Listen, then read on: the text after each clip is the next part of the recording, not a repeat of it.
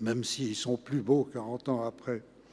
Et puis, bon, une dernière chose, il y a évidemment des erreurs. Et ça, c'est fatal.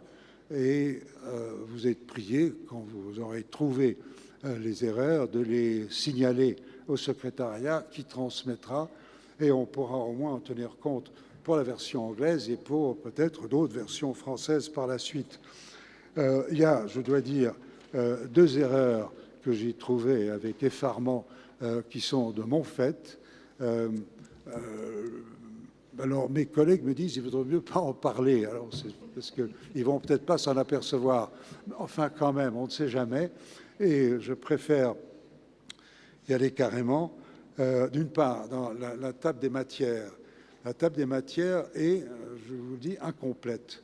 Il y a deux chapitres qui manquent, qui sont passés à l'as dans la table des matières, et puis d'autres choses qui auraient pu y être qui n'y sont pas.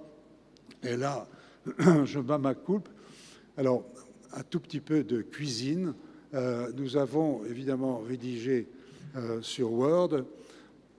Et dans Word, il y a une fonction que j'ai essayé de maîtriser qui s'appelle le mode plan et qui permet d'avoir tous les titres et tout ça, mais c'est assez compliqué. Et en gros, j'y suis arrivé, mais j'ai loupé deux trucs. Parce que le mode plan définit la catégorie des titres. Titre, première catégorie, deuxième catégorie, enfin les différents niveaux de titres. Et la table des matières, autre fonction Word, il suffit d'appuyer, mais il faut programmer cette partie du logiciel pour obtenir ce que l'on veut. Et là, je me suis gouré, c'est-à-dire j'ai omis de dire qu'il fallait également tenir compte de la troisième catégorie de titres. Et c'est pour ça qu'il y a deux chapitres qui sont passés à l'as. Désolé, c'est la faute à Word, et c'est aussi ma faute personnelle. Mais merci beaucoup. Thank you, Madame la Présidente.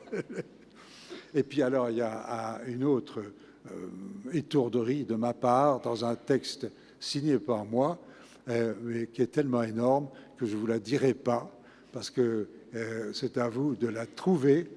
Et puis, si vous trouvez, bah, vous aurez droit à un cadeau gratuit ou une partie gratuite. Enfin, voilà.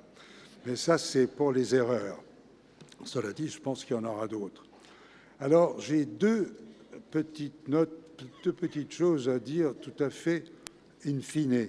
La première, c'est que bon, cet ouvrage est un assemblage de textes rédigés, je vous l'ai dit, rédigés, mais par des auteurs différents, à des époques différentes, et souvent témoins directs ou acteurs des mêmes événements. C'est arrivé. On trouvera donc un certain nombre de répétitions.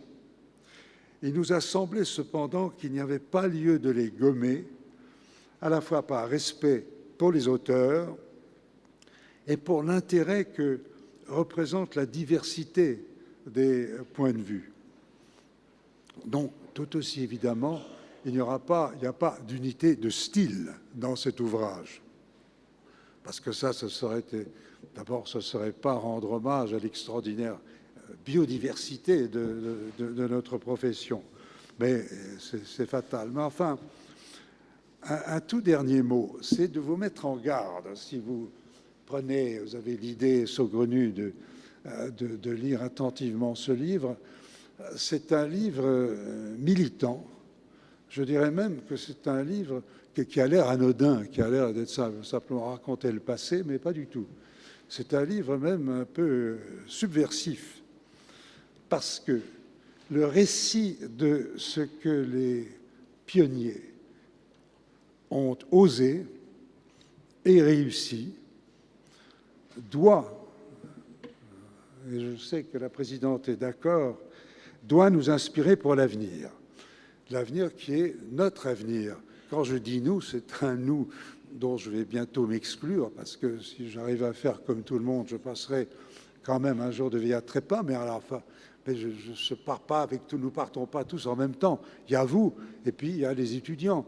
Il y a, en d'autres termes, il y a la profession qui continue. Or, ce qu'il faut toujours se rappeler, et c'est ce qui ressort du livre, c'est pour ça que je dis que c'est un livre un peu subversif, que c'est toujours à nous de forger notre destinée. C'est nous qui avons construit cette maison, notre seule maison, et c'est nous qui allons continuer à construire cette maison, parce que c'est notre profession. Ce ne sont pas les experts, ce ne sont pas les avocats qui vont nous dire comment il faut faire. C'est nous qui devons décider comment nous voulons que les choses se passent. Ensuite, on dit aux avocats de défendre notre point de vue et les experts de trouver le moyen de nous débrouiller avec telle ou telle réglementation. Mais c'est à nous de décider ce que nous voulons.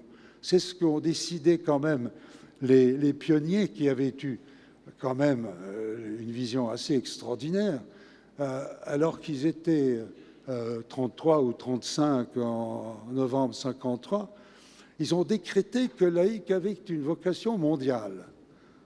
C'est pas rien quand même quand on est 33. Et que laïque dans le monde entier, que dans le monde entier, les interprètes seraient membres, non pas d'organisation nationale, mais membres de l'organisation centrale. C'était fou, c'était totalement... Certains pensaient d'ailleurs que c'était complètement aberrant, que ça ne marcherait jamais. Eh bien,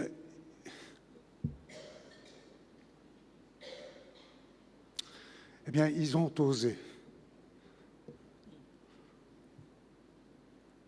Et ils ont gagné. Et